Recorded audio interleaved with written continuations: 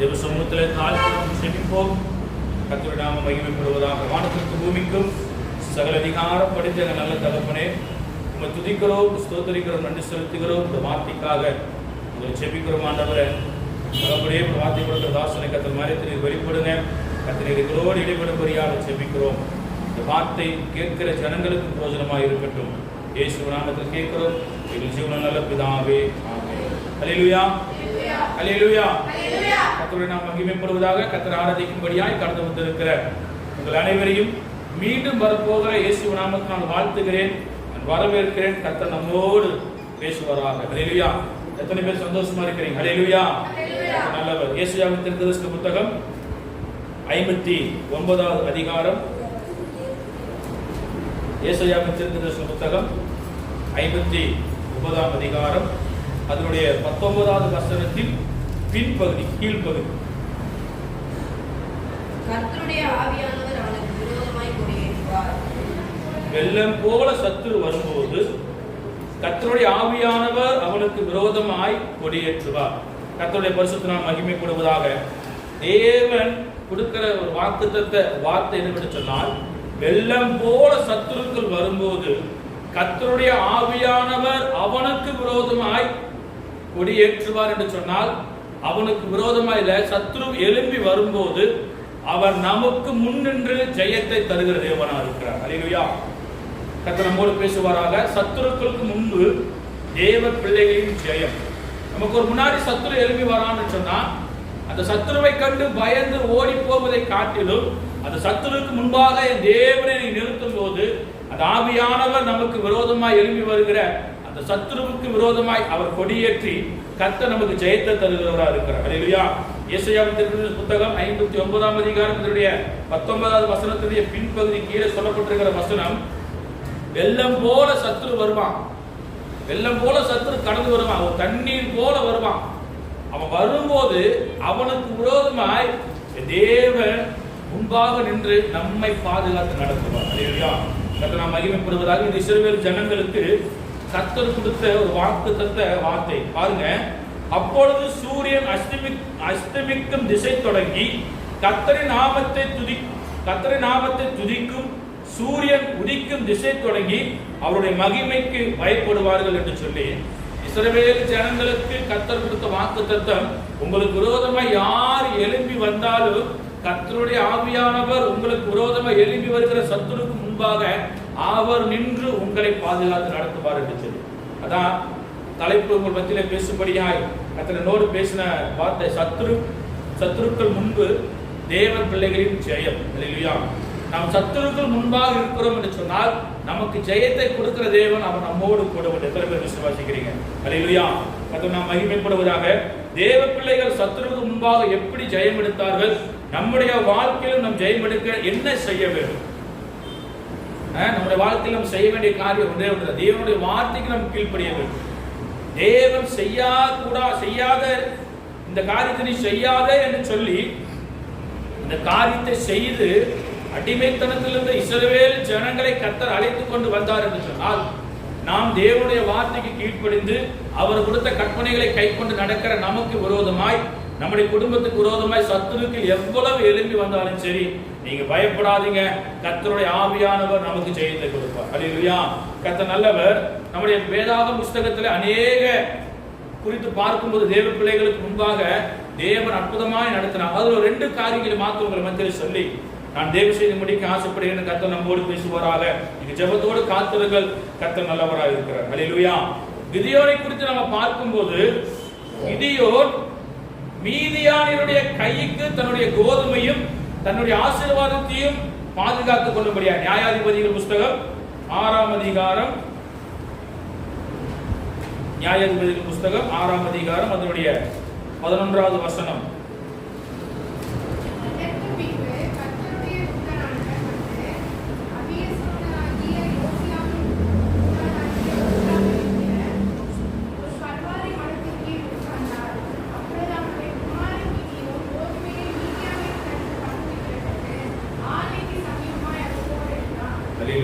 இங்கே கிதியோன் கோதுமையை பாதுகாக்கும்படியாய், சில பேர் ஜனத்தில் பிறந்த ஒரு கோத்திரம் தான் இவன் இஸ்ரவேல் ஜனங்களே மிகவும் சிறிய குடும்பம். அவன் அந்த கோதுமை அறுப்பு காலத்திலே தன்னுடைய ஆசீர்வாதங்களை பாதுகாத்துக் கொள்ளும்படியாய், தங்களுக்கு ஆகாரம் உண்டாயிருக்கிற அந்த கோதுமையை பாதுகாத்துக் கொள்ளும் யாருடைய கைக்கு கர்த்தர் தப்புவிக்கும்படியாக, மீதியானுடைய கைக்கு தப்புவிக்கும்படியாக அவன் ஆலயத்துக்கு அருகே சமீபமாய் போரெடுத்துக் கொண்டிருந்த. ஏன் ஆண்டவர் மீதியான கையில ஒப்பு கொடுத்தார் என்று சொல்லி பார்க்கும்போது, அதே அதிகாரம் 1-5 வசனங்கள் வாசிக்கும் போது, பின்னும் இஸ்ரவேல் புத்திரர் கர்த்தரின் பார்வைக்கு பொல்லாப்பானதை செய்தார்கள். அல்லேலூயா. கர்த்தருடைய பார்வைக்கு பொல்லாப்பானது செய்த நிமித்தமாக 7 வருஷம் மீதியானுக்கு அடிமையா இருந்தாங்க. அந்த மீதியார் எப்படி வருவாங்களா பாருங்க, 5வது வசனம் சொல்லப்படுகிறது, அவர்கள் தங்கள் மிருக ஜீவன்களோடும் தங்கள் கூடாரங்களோடும் வெட்டுக்கிளியை போல திரளாய் வருவார்கள். அல்லேலூயா. சத்துரு எப்படி வருவானா? வெட்டுக்கிளியை போல வருவானா. அந்த வெட்டுக்கிளி வந்துச்சுன்னா தேசத்தில் இருக்கிற நன்மையான காரியங்கள் ஒன்றும் இருக்காது. ஏன்னா வெட்டுக்கிளி வந்து எல்லாத்தையும் அரிச்சு போடும். அந்த வெட்டுக்கிளி கூட்டமாய் கடந்து வருது போலதான் மீதியார் எப்படி வருவாங்களாம்? வெட்டுக்கிளியை போல கடந்து வருவார்கள். வந்தவங்க என்ன செய்வாங்களாம்?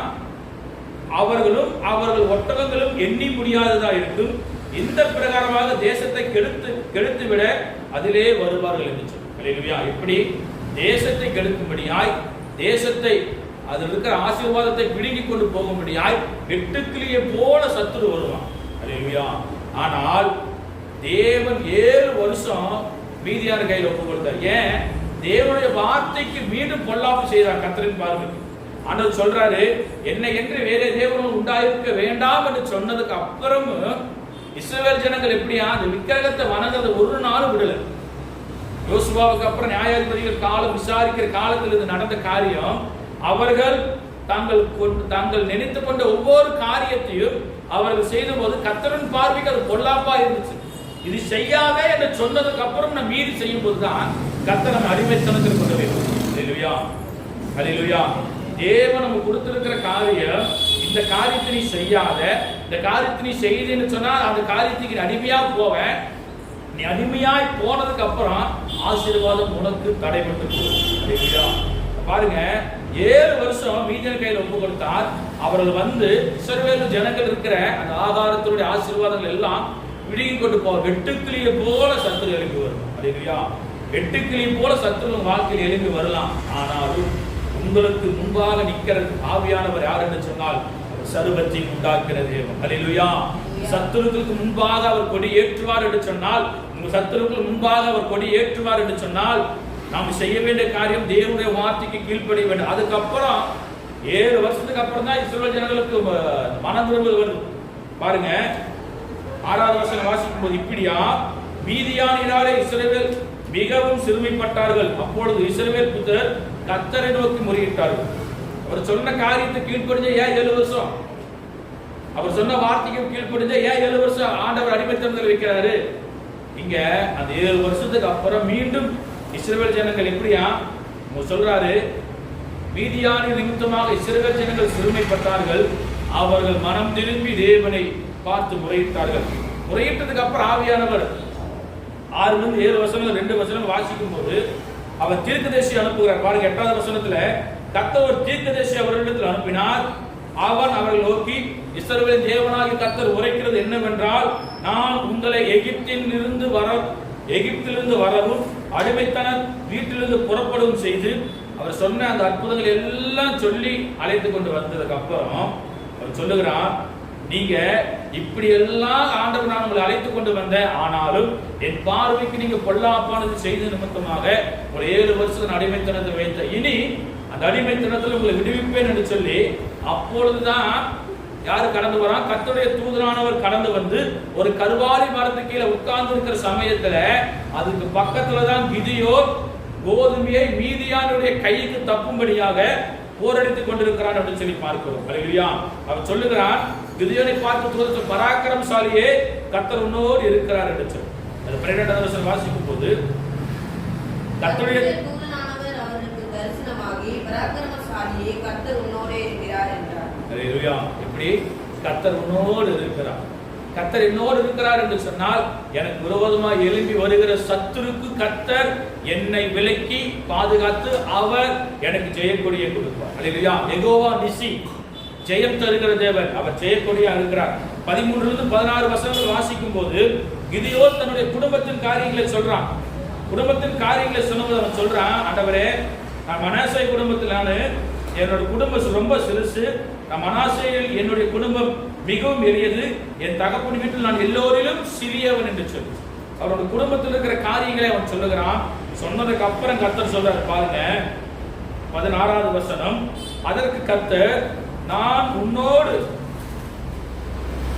உன்னோடு கூட இருப்பேன், ஒரு மனுஷனை முறியடிப்பது போல நீ மீதியானரை முறியடிப்பாய் என்று சொல்லி. இங்க சொல்லப்பட்டிருக்கிறது மீதியானர் தான். ஆனா அவன் செய்த அந்த விக்கிரக தோப்புகளை உடைத்து அந்த தகன பீடத்தெல்லாம் உடைச்சதுக்கு அப்புறம் 3 ராஜ்யங்கள் கடந்து வருது யுத்தம் பண்ணும்படியா. இல்லையா? பாருங்க, அதனுடைய 23வது வசனத்திலிருந்து பார்க்கும்போது அவன் சொல்றார், அதற்கு கர்த்தர், உனக்கு சமாதானம், பயப்படாதே, நீ சாவதில்லை என்று சொல்லி அங்கே கிதியோன் கர்த்தருக்கு ஒரு பலிபீடத்தை கட்டி அதற்கு யெகோவா ஷாலோம் என்று பெயரிட்டான். அது இந்நாள் வரைக்கும் அபியேசரின் ஊராகிய ஓப்ராவில் இருக்கிறது. அன்று ராத்திரிலே கர்த்தர் அவனை நோக்கி, உன் தகப்பனுக்கு இருக்கிற காளையில் 7 வயதான 2ஆம் காளையை கொண்டு போய் உன் தகப்பனுக்கு இருக்கிற பாகாலின் பலிபீடத்தை தகர்த்து அதன் அருகே இருக்கிற தோப்பை வெட்டி போடு. அல்லேலூயா. இங்க கர்த்தர் சொல்றார், அந்த அங்க இருக்கிற பாகாலுடைய பீடத்தை தகர்த்து போடு, அது பக்கத்தில் இருக்கிற விக்கிரக தோப்பை வெட்டி போடுன்னு சொல்லி எல்லாம் கேட்டதுக்கு அப்புறம் கிதியோன் கடந்து போய் அவன் செய்யறான். அவன் செஞ்சதுக்கு அப்புறம் தான் 3 ராஜ்யங்கள் அங்க கடந்து வரப்போகுது. 33வது வசனம் வாசிக்கும் போது, மீதியானிலும் அமிலேக்கியரும் கிழக்கத்திய புத்திர யாவும் ஏகமாய் கூடி வந்தார்கள். அங்க நைட்டு ஒரு சம்பவம் நடக்குது. கிதியோன் தேவன் சொன்ன வார்த்தையை கேட்டு அவனுக்கு விரோதமாய் அடிமைத்தனத்துக்கு விரோதமாக எழும்பி நின்ற அந்த மீதியான் என்கிற சத்துருவை அவன் முறியடிக்கும்படியாக ஜெயத்தை பெறும்படியாக மீதியானுடைய விக்கிரக தோப்பையும் பாகாலுடைய அந்த பலிபீடத்தையும் தகர்த்து போட்ட போது, இது யாரு செய்தது என்று சொல்லி கேட்டபோது, மனேசேனுடைய குடும்பத்தில் இருக்கிற கிதியோன் தான் இதை செய்தான் என்று சொல்லி ஜனங்கள் சொன்னபோது, இஸ்ரவேல் ஜனங்களுக்கு விரோதமாய் ஒரு ராஜ்யம் எழுப்பி வந்தபோது, ஆனால் யுத்தத்துக்கு கடந்து வருகிறது 3 ராஜ்யங்கள். 33வது வசனம் சொல்லப்படுகிறது, மீதியானியர், அமிலேக்கியர், கிழக்கத்திய புத்திரர் 3 தேச யுத்த வீரர்கள் பாளையம் இறங்கினார்கள். யாருக்கு விரோதமாக? இஸ்ரவேல் ஜனங்களுக்கு விரோதமாக. கிதியோன் தேவனிடத்தில் அடையாளம் கேட்கிறான். நீங்களை அழைச்சது உண்மைதானா? இந்த யுத்தத்துக்கு நான் தான் போய் மீதியானியரை நான் சத்துருவை நான் தான் முறியடிப்பேனா என்று சொல்லி 2 முறை அந்த இடத்துல அடையாளம் கேட்கிறான். 37வது வசனத்திலிருந்து வாசிக்கும் போது 6ஆம் அதிகாரம் 37வது வசனம், இதோ நான் மயிருள்ள ஒரு தோலை களத்தில் போடுகிறேன், பனி தோலின் மேல் மாத்திரம் பெய்து பூமியெல்லாம் காய்ந்திருந்தால் அப்பொழுது தேவரீர் சொன்னபடி இஸ்ரவேலை என் கையினால் ரட்சிப்பேன் என்று அதனால் அறிவேன் என்று சொல்லி. எப்படி? ஒரு தோலை நான் போடுறேன், அந்த தோல் மாத்திரம் தான் பனியில நனைஞ்சிருக்கணும், அந்த சுற்றி இருக்கிற பூமி எல்லாமே காஞ்சிருக்கும், அதனால என்னுடைய கையினால் ரட்சிப்பேன் என்று சொல்லி நான் விசுவாசிக்கிறேன் என்று சொல்லலாம். அப்படியே அதே போல கர்த்தர் செய்தார். மறுகாலம் எழுந்திருந்து தோலை கசக்கி அதில் இருந்த பனி நீரை ஒரு கிண்ணம் நிறைய பிழிந்து எடுத்தான். இப்படி அடையாளம் கேட்கிறான். நான் அடையாளம் கேட்கிறேன். எனக்கு ஒரு ஊழியத்தில் ஏதாவது ஒரு சோர்வு வந்துச்சு, எனக்கு ஒரு போராட்டம் வந்துச்சு, இந்த இடத்துல ஆண்டவர் எனக்கு ஜெயிச்சது உண்மைதானா என்று சொல்லி எனக்கு அநேக நாள் வரும்போது ஒரு அடையாளம் கேட்பேன். அடையாளம் கேட்கும் போது ஆண்டவர் அந்த அடையாளத்தை எனக்கு கொடுத்துருக்கார். அல்லேலூயா. ஏன்னா அடையாளம் கேட்கறது நல்லதுதான், அது தேவையான காரியத்துக்கு நம்ம அடையாளம் கேட்கிறது. ஒரு பொருத்தனை செய்கிறேன், அந்த பொருத்தனை நிறைவேற்றுவது, அந்த பொருத்தனையை நீங்க நிறைவேற்றுவீங்கன்னு சொன்னா இந்த அடையாளம் எனக்கு கொடுங்கன்னு சொன்னா கர்த்தர் அந்த அடையாளத்தை கொடுக்கிற தேவனாக இருக்கிறார். அல்லேலூயா. அல்லேலூயா. இங்க அதே தான் கிதியோன் செய்தான். என்னவா? நான் என்னாலதான் இஸ்ரவேலை ரட்சிப்பீங்கன்னு சொல்லி, என் கையினாலதான் ரட்சிப்பீங்கன்னு சொல்லி எப்படி நான் தெரிந்து கொள்றது? அதனால நான் ஒரு தோலை போறேன், அந்த தோல் மாத்திரம் நனைஞ்சிருக்கும், பாக்கி சுற்றி இருக்கிற நிலமெல்லாம் காஞ்சிருக்கும். அதே போல கர்த்தர் செய்தார். மீண்டும் சொல்றான், அப்பொழுது கிதியோன் தேவனை நோக்கி, நான் இன்னும் ஒரு விஷயம் மாத்திரம் பேசுகிறேன், உமது கோபம் என் மேல் போலாது இருக்கிறாங்க. ஒரு முறை அடையாளம் கேட்டா சரி, 2வது முறை அடையாளம் கேட்கிறான். எப்படியா? ஆண்டவரே, இன்னொரு விஷயம் போட்டு பேசிக்கிறேன், என் மேல உங்களோட கோபத்தை உங்களுக்கு கோபம் மேல் போலாது இருக்கிறாங்க. தோளினாலே நான் இன்னும் ஒரு விஷயம் மாத்திரம் சோதனை பண்ணட்டும், தோல் மாத்திரம் காய்ந்திருக்கவும் பூமி எங்கும் பனி பெய்திருக்கும் கட்டளையிடும் என்றான். அதே போல கர்த்தர் அப்படியே தேவன் அந்த ராத்திரிகளை செய்தார். தோல் மாத்திரம் காய்ந்திருந்தது, பூமி எங்கும் பனி பெய்திருந்தது. அல்லேலூயா. 2 அடையாளத்துக்கு அப்புறம் தான் கிதியோனுக்கு ஒரு நம்பிக்கை, ஓ மீதியானரை நான் முறியடிப்பேன், அந்த சத்துருவை நான் முறியடிப்பேன்ங்கிற அந்த விசுவாசம் கிதியோனுக்கு வந்தது. அல்லேலூயா. நம்முடைய வாழ்க்கையிலும் அடையாளம் கேட்கறதால நல்லதுதான், ஆனா நம்முடைய வாழ்க்கை அடையாளத்தோடயே போகக்கூடாது. ஒரு குறிப்பிட்டதுக்கு மட்டும் அடையாளம் கேட்கணும். ஒரு விண்ணப்பம் நான் பண்றேன், நான் ஒரு பொருத்தனை பண்ணி நான் ஜெபிக்கிறேன், அந்த பொருத்தனை நிறைவேற்றுவதற்கு எனக்கு ஒரு அடையாளத்தை கொடுங்கன்னு சொல்லி நம் தேவசனத்தில் கேட்கும்போது கர்த்தர் நமக்கு அடையாளத்தை தருகிறவராக இருக்கிறார். அல்லேலூயா. தேவன் சொன்னபடி செய்தார். கிதியோனுக்கு அப்புறம் தான் ஒரு உற்சாகம் வந்தது.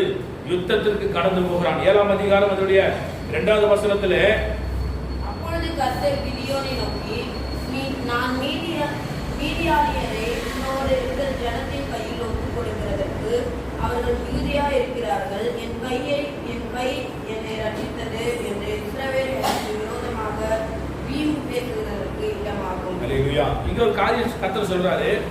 யுத்தத்துக்கு அநேக ஜனங்கள் கூடி வருகிறாங்க. யுத்தத்துக்கு அநேக ஜனங்கள் கூடி வந்த போது கர்த்தர் சொல்லுகிறார், அந்த மீதியானவர் இருக்கிற அந்த மீதியானவர் வந்து நான் ஜெயத்தை கொடுப்பேன் என்று சொல்லி ஜனங்கள் அறியிட்டும் ஏராளமா இருக்கிறார்கள். அவர்களுக்கு மனமேட்டிமை வந்துவிடும். எப்படியா வீம்பு பேசுவார்கள். கர்த்தர் சொல்லி இஸ்ரவேல் ஜனங்களுக்கு கர்த்தர் தெளிவா புரிஞ்சு வச்சிருக்காரு. தெளிவா சொல்றாரு, நம்மை குறித்தும் கர்த்தர் தெளிவா, நம்ம ஒரு காரியத்தை செய்கிறோம் என்னாலதான் நடந்தது என்று சொல்லி இஸ்ரவேல் ஜனங்கள் வீம்பு பேசுவார்கள். அதனால் நான் 3 விதமான காரியங்களை செய்கிறேன். கர்த்தர் 3 காரியங்களை அந்த இடத்துல செய்கிறார். 3வது வசனம் சொல்லப்படுகிறது, பயமும் திகிலும் உள்ள மனுஷன் யாரா இருந்தாலும் சரி அவர்கள் தேசத்துக்கு கடந்து போன சொன்னதுமே 20,000 பேர் அந்த இடத்துல இருந்து கடந்து போனார்கள். யுத்தத்துக்கு கடந்து வந்த யுத்த வீரர்கள். அந்த 3வது வசனத்தில் சொல்லப்பட்டிருந்தது, பயமும் திகிலும் உள்ள எவனோ அவன் திரும்பி கீலேயாத் மலையிலிருந்து விரைவாய் ஓடிப்போக கடவான் என்று நீ ஜனங்கள் செவி கேட்க பிரசித்தப்படுத்து என்றார். அப்பொழுது ஜனத்தின் 20,000 பேர் திரும்பி போய்விட்டார்கள், 16,000 பேர் மீதி இருந்தார்கள். அல்லேலூயா. வந்த 36,000த்துல 20,000 பேர் போயிட்டாங்க, மீதி 16,000 பேர் இருக்கிறாங்க.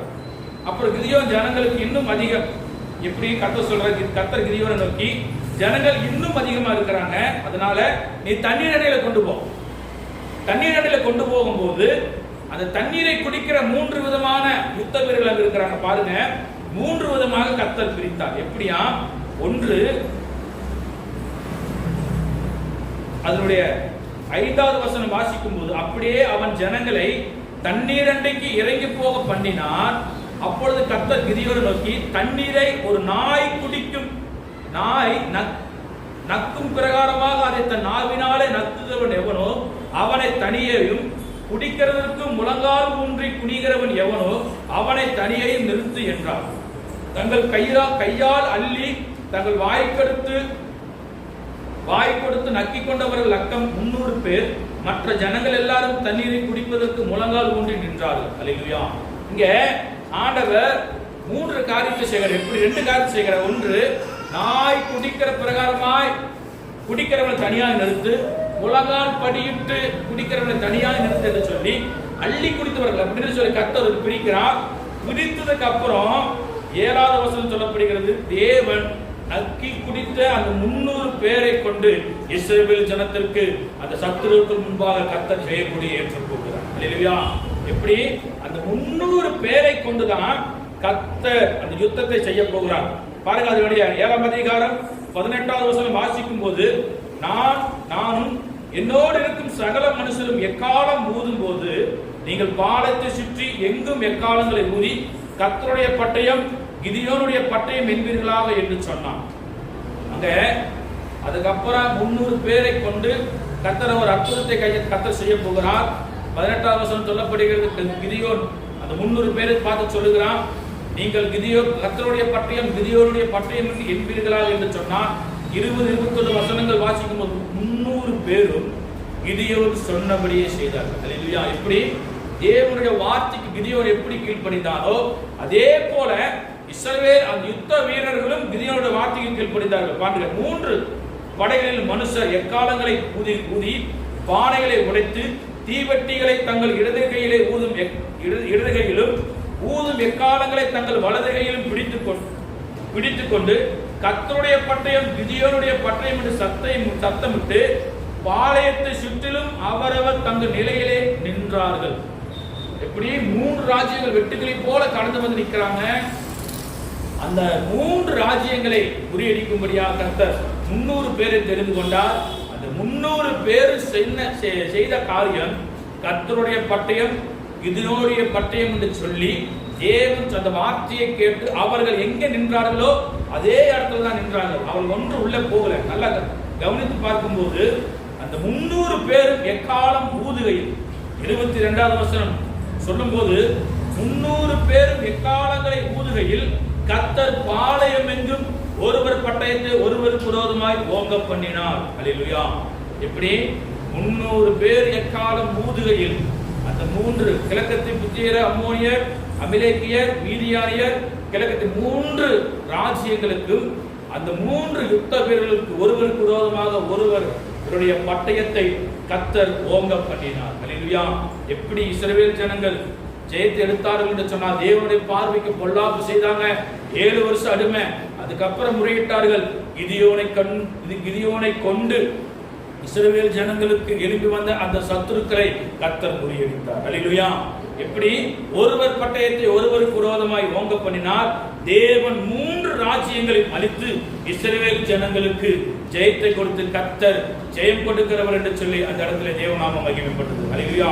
சத்துருக்களை ஒன்றுமில்லாமல் அழித்து போட்டார்கள். அவனுடைய எல்லாம் இருந்த அந்த பாளையத்தில் இருந்த எல்லா 3 ராஜ்யங்களும் ஒன்றுமில்லாமல் அழித்து போட்டார்கள். இஸ்ரவேல் செய்த ஒரே ஒரு தவறு, தேவனுடைய பார்வைக்கு தேவனுடைய வார்த்தைக்கு கீழ்ப்படியவில்லை. ஆனாலும் கர்த்தரை நோக்கி மீண்டும் மனம் திரும்பி கடந்து வந்த ஜனங்களுக்கு கர்த்தர் சத்துருக்களிலிருந்து கர்த்தர் விடுதலை கொடுத்தார். அல்லேலூயா. நம்முடைய வாழ்க்கையிலும் நமக்கு விரோதமா சத்துரு எழுப்பி வரலாம், சத்துரு வெள்ளம் போல வரலாம். ஆனாலும் அந்த சத்துரு வெள்ளம் போல் கடந்து வந்தாலும் தேவன் நமக்கு ஜெயத்தை கொடுக்கிறவராக இருக்கிறார். அல்லேலூயா. 2வது காரியம், இங்க ஒரு பெலிஸ்தனை கண்டு ஒரு சேனையே பயந்து இருக்குது. 1 சாமுவேல் புத்தகம் 17ஆம் அதிகாரம் அதனுடைய 11வது வசனம். 1 சாமுவேல் புத்தகம் 17ஆம் அதிகாரம் அதனுடைய 11வது வசனம். சவுலும் இஸ்ரவேலர் அனைவரும் அந்த பெலிஸ்தனுடைய வார்த்தையை கேட்டு கலங்கி மிகவும் பயப்பட்டார்கள். அல்லேலூயா. யாருடைய வார்த்தை கேட்டு மிகவும் பயந்தார்களாம்? கோலியாத்துடைய வார்த்தையை கேட்ட இஸ்ரவேலுடைய சேனைகளை நிந்தித்த அவன், சவுலும் இஸ்ரவேலர் அந்த வார்த்தையை கேட்ட அந்த பெலிஸ்தனுடைய வார்த்தை கேட்ட அந்த சேனை மிகவும் பயந்தார்கள் என்று சொல்லி பார்க்கிறோம். அல்லேலூயா. இங்கே கர்த்தர் சத்துருக்கள் முன்பாக கர்த்தர் ஜெயத்தை கொடுக்கிறார். பாருங்க, 4வது அதே அதிகாரம் 4லிருந்து வாசிக்கும் போது கோலியாத் கடந்து வந்து யுத்தத்துக்கு நிற்கிற வீரர்களை பார்த்து கேலி செய்வான். இப்படியே இந்த கோலியாத் செய்து வந்தான். பாருங்க, 4வது வசனம் வாசிக்கலாம். அப்பொழுது காத்மூரானாகிய கோலியாத் என்னும் பெயருள்ள ஒரு வீரன் பெலிஸ்தரின் பாளையத்திலிருந்து புறப்பட்டு வந்து நடுவே நிற்பான். அவன் உயரம் 6 முழமும் 1 ஞானமாம். அவன் தன் தலையின் மேல் வெண்கல சீராவை கொண்டு ஒரு போர் கவசம் தரித்து கொண்டிருப்பான். அந்த கவசத்தின் நிறை 5000 சேக்கலான வெண்கலமாய் இருக்கும். அவன் தன் கால்களிலே வெண்கல கவசத்தையும் தன் தோள்களின் மேல் வெண்கல கேடயத்தையும் தரித்திருப்பான். இங்க காத்தூரானாகிய பெலிஸ்தியன் கடந்து வருகிறான். காத்தூரானாகிய கோலியாத் எனும் பேர் கொண்ட ஒரு வீரன் கடந்து வந்து பெலிஸ்தர் யுத்தத்தில் நிற்கிறான். பெலிஸ்தர் யுத்தத்தில் நிற்கும் போது பெலிஸ்தருக்கு முன்பாக நிற்கிற கோலியாத்துக்கு முன்பாக யார் நிற்கிறாங்க என்று சொன்னா இஸ்ரவேலுடைய சேனை நிற்கிறது. பாருங்க, 8வது வசனம். அவன் வந்து நின்று இஸ்ரவேல் சேனைகளை பார்த்து சத்தமிட்டு, நீங்கள் யுத்தத்திற்கு அணிவித்து நிற்கிறது என்ன? நான் பெலிஸ்தன் அல்லவா? நீங்கள் சவுலின் சேவகர் அல்லவா? உங்களை ஒருவரை தெரிந்து கொள்ளுங்கள், அவன் என்னிடத்தில் வரட்டும் என்று சொல்லி. எப்படியா அவன் கடந்து வருகிறான். அந்த கோலியாத் கடந்து வந்து இப்படியாக தேவனுடைய சேனைகளை நிந்தித்து வார்த்தைகளை சொல்லிக் கொண்டிருக்கிற சமயத்துல இன்னும் அந்த பெலிஸ்தன் நான் இன்றைய தினம் இஸ்ரவேல் சேனையை நிந்தித்தேன், நாம் ஒருவரோடு ஒருவர் யுத்தம் பண்ண ஒருவனை விடுதல் என்று சொல்லிக் கொண்டு வரோம். இப்படியே அவன் 40 நாள் செய்து வந்தான். கடந்து வந்து இஸ்ரவேல் சேனையை நிந்திப்பான். இந்த வார்த்தை கேட்ட சவுல் ராஜாவும் இஸ்ரவேலுடைய சேனையும் பயந்து நின்றார்கள். 16வது வசனம் வாசிக்கும் போது, அந்த பெலிஸ்தன் காலையிலும் மாலையிலும் 40 நாள் வந்து நிற்பான், நின்று இஸ்ரவேலுடைய சேனையை நிந்தித்துக் கொண்டிருப்பான். அல்லேலூயா. இப்படியாக அந்த வார்த்தையை கேட்ட இஸ்ரவேல் சேனையும் சவுல் ராஜாவும் பயந்து கொண்டிருக்கும் போது 17ஆம் வசனத்திலிருந்து 22வது வசனம் வாசிக்கும் போது, தன்னுடைய சகோதரனுடைய நலனை விசாரிக்கும்படியாக தாவீது அங்கே கடந்து வருகிறான். கடந்து வந்த போது அங்கே அவனுடைய சகோதரர்கள் திட்டுகிறார்கள். திட்டினதுக்கு அப்புறம் சொல்லுகிறான், நான் இங்கு வந்ததுக்கு முகாந்தாரம் இல்லையா என்று சொல்லி அவனுடைய சகோதரரை பார்த்து சொல்லிவிட்டு இந்த வார்த்தையை பேசிக் கொண்டிருக்கும் போது காத்தூரானாகிய கோலியாத்து கடந்து வருகிறான். பாருங்க, 23வது வசனம் வாசிக்கும் போது,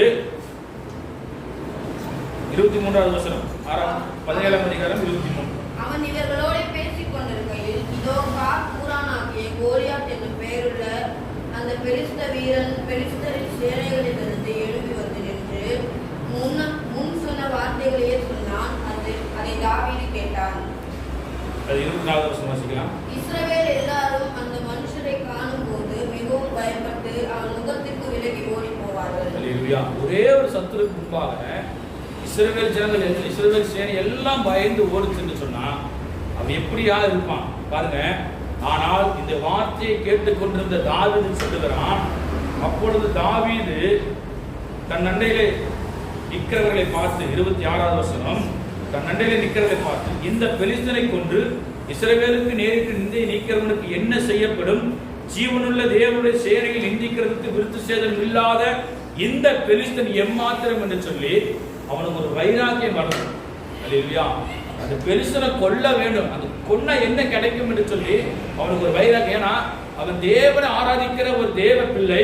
இஸ்ரவேலுடைய சேனை நிந்திக்கிறதுக்கு பெலிஸ்தன் விருத்த சேதனம் இல்லாத இந்த பெலிஸ்தன் எம்மாத்திரம் என்று சொல்லி அவனுடைய எண்ணம் அவனுக்கு மிகவும் அது வைராக்கியத்தை கொடுக்கிறது. அந்த வைராக்கியத்தை கொடுத்ததுக்கு அப்புறம் அவனுக்கு இன்னன்னா செய்யப்படும் என்று சொல்லி, கோலியாத்தை கொன்றால் இன்ன ஆசீர்வாதங்கள் கிடைக்கும் என்று சொல்லி தாவீதுக்கு சொல்லப்படுகிறது. அவனுக்கு அந்த பட்டயத்தெல்லாம் போட்டு அனுப்புறாங்க. ஆனாலும் அந்த பட்டயம் எல்லாம் தாவீதுக்கு ஒண்ணு ஒத்து வரல. தாவீது நார்மலா கடந்து போகிறான். அல்லேலூயா. பாருங்க, 40வது வசனம் வாசிக்கும் போது, தன் தடியை கையிலே பிடித்துக் கொண்டு ஆற்றிலிருந்து 5 கூழாங்கல்லை எடுத்து அவைகளை மேய்ப்பதற்குரிய தன்னுடைய அடைப்பையிலே போட்டு தன் கவனை தன் கையிலே பிடித்துக் கொண்டு அந்த பெலிஸ்தன் அண்டையிலே போனான். அல்லேலூயா. அந்த ஒரு பெலிஸ்தனை கொல்றதுக்கு சிறு பிள்ளையா இருக்கிற தாவீது கடந்து போகிறான். அவன் போகும்போது ஒண்ணு கொண்டு போகல. அவன் ஆடு மேய்க்கிற தடி, அந்த ஆடு பிடிக்கும்படியாய், ஆடு ஏதாவது மிருகம் பிடிக்க வச்சுன்னா அந்த அடிக்கிற கவன், அதுக்கு ஒரு உண்டான கல் 5 கூழாங்கல்லை மட்டும் எடுத்துக்கொண்டு போகிறான். 41வது வசனத்தில் 44 வசனம் வாசிக்கும் போது தாவீதை பார்த்து அந்த கோலியாத் ஏளனம் செய்கிறான். பாருங்க, பெலிஸ்தனும் நடந்து தாவீதண்டைக்கு கிட்டி வந்தான். வரிசை பிடிக்கிறவன் அவனுக்கு முன்பாக நடந்தான். பெலிஸ்தன் சுற்றி பார்த்து தாவீதை கண்டு அவன் இளைஞனும் சௌந்தரியமான ரூபமான சிவந்த மேனியுள்ளவன் இருந்தபடியால் அவனை அசட்டை பண்ணினான். அல்லேலூயா. யார் உங்களை அசட்டை பண்ணி நிற்கிறாங்களோ அவங்க மஞ்சில கர்த்தர் உங்களை உயர்த்த போகிறார். அல்லேலூயா. உங்களை யார் அசட்டை பண்ணி சத்ருவானவன் உங்களை அசட்டை பண்ணுகிறாங்களோ அந்த அசட்டை பண்ணுகிற மத்தியில கர்த்தர் உங்கள் தலைகளை உயர்த்த போகிறார். அல்லேலூயா. அந்த சத்துருக்கள் முன்பாக தேவன் உங்களுக்கு ஜெயத்தை கொடுப்பார் என்று சொன்னா நீங்க செய்ய வேண்டிய காரியம் தேவனுடைய வார்த்தைக்கு நீங்க கீழ்ப்படிந்து வைராக்கியமாய் நிற்கும் போதுதான். இங்க அவனை அசட்டை பண்ணினான். அசட்டை பண்ணினதுக்கு அப்புறம் பெலிஸ்தன் தாவீதை பார்த்து, நீ தடிகளோடு என் இடத்துல வர நான் என்ன நாயா என்று சொல்லி அவன் தன் தேவர்களை கொண்டு தாவீதை சபித்தான். அல்லேலூயா. இப்படி அவன் வணங்குகிற அந்த அந்நிய தேவனை கொண்டு தாவீதை சபித்தான். தாவீதை சபித்ததுக்கு அப்புறம் அவன் சொல்றான், அந்த பெலிஸ்தன் தாவீதை பார்த்து, என்னிடத்துல வா, நான் உன் மாம்சத்தை ஆகாயத்து பறவைகளுக்கும் காட்டு மிருகங்களுக்கு கொடுப்பேன் என்று சொல்லி. அதுக்கப்புறம் 45வது வசனத்திலிருந்து 47வது வசனம் வரைக்கும் தாவீது சொல்லுகிறான், பெலிஸ்தனை நோக்கி, நீ பட்டயத்தோடும் ஈட்டியோடும் நீ என்னிடத்தில் வருகிறாய், நானோ நீ நிந்தித்த சேனைகளின் தேவனாகிய கர்த்தர் நாமத்தில் உன்னிடத்தில் வருகிறேன் என்று சொல்லி அங்கே தேவ நாமத்தை மகிமைப்படுத்தினார். அல்லேலூயா. ஒரு சத்துருக்கள் எழுப்பி வருகிறாங்களா? சத்துருக்கு எழும்பி வந்து உங்களுக்கு தேவையில்லாத வார்த்தைகள் சொல்லி உங்களை மனசு ரொம்ப கெடுத்து கொண்டிருக்கிறாங்களா? நீ ஒன்றே உனக்கு கண்கள் பண்ணிய சப்பா, இந்த சத்துருவிலிருந்து எனக்கு விடுதலை கொடுங்க என்று சொல்லி, இந்த வார்த்தையிலிருந்து எனக்கு சமாதானத்தை கொடுங்க என்று சொல்லி நீங்க கேட்கும் போது கர்த்தர் உங்களுக்கு பதில் கொடுக்கிறவராக இருக்கிறார். அல்லேலூயா. பாருங்க, தேவனை மகிமைப்படுத்தின அந்த தாவீது செய்த அற்புதமான காரியம் என்னவென்று சொன்னால், அந்த பெலிஸ்தர் 48வது வசனம் வாசிக்கும் போது 47வது வசனம் வாசிக்கும் போது கர்த்தர் பட்டயத்தினால் மீட்டினால் ரட்சிக்கிறவரல்ல என்று இந்த ஜனக்கூட்டம் எல்லாம் அறிந்து கொள்ளும், யுத்தம் கர்த்தருடையது, அவர் உங்களை எங்கள் கையிலே ஒப்புக் கொடுப்பார் என்று சொல்லி சொல்ற காரியம். அவர் உங்களை எங்கள் கையில், என் கையில் சொல்ல அவன் தனிமைப்படுத்தல, இஸ்ரவேல் சேனைகளையும் சேர்த்து கொண்டான். சொல்றான் எங்கள் கையில ஒப்பு கொடுப்பார் என்று சொல்லி அந்த பெலிஸ்தன் எழும்பி தாவீதுக்கு எதிராக கிட்டி வருகையில் தாவீது தீவிரமாய் அந்த சேனைக்கும் அந்த பெலிஸ்தனுக்கும் எதிராக ஓடி தன் கையை அடப்பத்திலே போட்டு அதிலிருந்து ஒரு கல்லை எடுத்து தன் கவனிலே வைத்து சுழற்றி பெலிஸ்தனுடைய நெற்றிலே பட எறிந்தான். அந்த கல் அவன் நெற்றிலே பதிந்து போனதினால் அவன் தலையிலே முகங்குப்புற விழுந்தான். அல்லேலூயா. எப்படி சத்துரு எப்படி விழுகிறானா? யாரு நிந்தித்தானோ, எந்த சேனையை நிந்தித்தானோ அந்த சேனைக்கு முன்பாக அவன் முகங்குப்புற விழுந்து கிடக்கிறான். அவனுடைய பட்டயத்தை எடுத்து தாவீது அவன் தலையை வெட்டி இஸ்ரவேலுக்கு எழுப்பி வந்த சத்துருக்களுக்கு முன்பாக தேவன் தாவீதுடைய கையிலே ஒரு ரட்சிப்பையும் ஒரு ஜெயத்தை கர்த்தர் கொடுத்தார். அல்லேலூயா. பெலிஸ்தனை கொன்று போட்டதுக்கு அப்புறம் கோலியாத்தும் இறந்து போனான் என்று சொல்லி செய்தியை பெலிஸ்தர்கள் கண்டபோது அவர்கள் எல்லாரும் ஓடி போகிறார்கள். கர்த்தர் எழுப்பி வந்த சத்துருக்களை கர்த்தர் முறியடித்தார் என்று சொல்லி பார்க்கிறோம். அல்லேலூயா. அல்லேலூயா. அதான் சொல்ற யாத்திராகமத்தின் புத்தகம் 23ஆம் அதிகாரம் 27வது வசனம் சொல்லப்படுகிறது, உன் சத்துருக்கள் உனக்கு முன்பாக முதுகை காட்டப்படுவேன் என்று சொல்லி கர்த்தர் வாக்குத்தத்தம் கொடுத்திருக்கிறார். வாசிக்கலாம். யாத்திராகமத்தின் புத்தகம் 23ஆம் அதிகாரம் அதனுடைய 27வது வசனம்.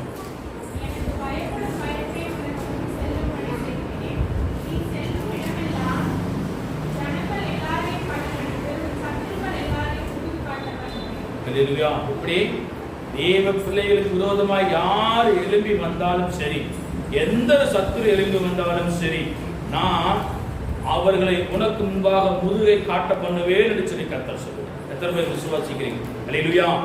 எனக்கு பயப்படும் பயத்தை உனக்கு முன் செல்லும்படி செய்வேன், நீ செல்லும் இடமெங்கும் உள்ள ஜனங்கள் எல்லாரையும் கலங்கடித்து, எப்படியா? நீ செல்லும்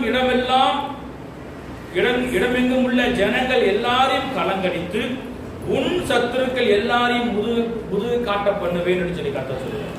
இஸ்ரவேல் ஜனங்களுக்கு கர்த்தர் கொடுத்த வாக்குத்தத்த வார்த்தையே மிகவும் அற்புதம் தான். எப்படி? உன் சத்துருக்கள் உனக்கு முன்பாக முதுகை காட்ட பண்ணுவேன் என்று சொல்லி பாருங்க. சங்கீதம் 23:5 வாசிக்கும் போது, என் சத்துருக்களுக்கு முன்பாக ஒரு பந்தியை ஆயத்தப்படுத்தி என் தலையை எண்ணெயினால் அபிஷேகம் பண்ணுகிற தேவன். அல்லேலூயா. ஒரு சத்துருக்கு முன்பாக ஒரு பந்தியை ஆயத்தப்படுத்துகிற தேவன். அது மாத்திரமல்ல, அவர் நம்மை ஆசீர்வதித்தார். என் தலையை எண்ணெயினால் அபிஷேகம் பண்ணுகிற என் பாத்திரம் நிரம்பி வழிகிறது என்று சொல்லி அதே 68:1 சொல்லப்படுகிற சத்துருக்கள் சிதறுண்டு போவார்கள். தேவனை ஆராதிக்கிற தேவஜனமே, உங்களுக்கு விரோதமாக யார் எழும்பி வந்தாலும், எந்த சத்துரு எழுப்பி வந்தாலும் சிதறுண்டு பண்ணுகிற தேவன் நம்மோடு கூட உண்டு. சத்துருக்கள் முன்பாக ஜெயித்து கொடுக்கிற தேவன் அவர் நம்மோடு கூட. கடைசி வசனம் கொஞ்சம் கடினமான வசனம் தான். மத்தேயு எழுதின சுவிசேஷ புத்தகம் 10ஆம் அதிகாரம். இந்த வசனம் கொஞ்சம் கஷ்டம்தான். 36வது வசனம் வாசிக்கலாம். ஒரு மனுஷனுக்கு சத்துருக்கள் அவன் வீட்டாரே. அல்லேலூயா. அல்லேலூயா. கட்ட நல்ல பாருங்க. ஒரு மனுஷனுக்கு சத்துருக்கள் அவன் வீட்டாரே என்று சொல்லி தேவன் சொன்ன வார்த்தை. வேதத்திலே சொல்லப்பட்டிருக்கிற மத்தேயு எழுதின சுவிசேஷ புத்தகத்திலே ஒரு சத்துரு எழும்புகிற ஒரு மனுஷனுக்கு சத்துரு அவன் வீட்டாரே என்று சொல்லி கர்த்தர் சொல்லுகிறார். அல்லேலூயா. எதை குறித்து நீங்க பயப்படாதீங்க. உங்களுக்கு விரோதமாய் வெள்ளம் போல சத்துரு எழும்பி வரலாம். ஆனால் அந்த அந்த சத்துருக்களுக்கு மத்தியில உங்களுக்கு ஜெயத்தை கொடுக்கிறவர் ஒரு உண்டு. ஆவியான தேவன் அவர் நம்மோடு கூட இருக்கிறார். ஜெயம் கொடுப்போம். கர்த்தர் நம்மோடு கூட பேசுவாராக. அல்லேலூயா. கர்த்தர் நல்லவர். தாவீது இஸ்ரவேல் ஜனங்களை நிந்தித்த அந்த பெலிஸ்தனை கொன்று போட்டு இஸ்ரவேல் ஜனங்களுக்கு எழுப்பி வந்த அந்த சத்துருவை கொன்று போட்டு ஜெயத்தை கொடுப்பார் என்று சொன்னால், இப்பொழுது இருக்கிற சத்துருக்கள் பிசாசானவன் குடும்பத்தில் சமாதானத்தை கெடுக்கும்படியாக, குடும்பத்தில் நிம்மதியை கெடுக்கும்படியாக, குடும்பத்தில் இருக்கிற ஒற்றுமையை குறைக்கும்படியாக சத்துருவானவன் எழுப்பி வரலாம். அந்த சத்துருக்களை முறியடிக்க நீங்க செய்ய வேண்டிய ஒரே ஒரு காரியம், தேவ சமூகத்தில் நீங்க ஜெபிக்கும் போது கர்த்தர் அந்த சத்துருக்கள் முன்பாக கர்த்தர் உங்களுக்கு ஜெயத்தை கொடுப்பார். அல்லேலூயா. அல்லேலூயா.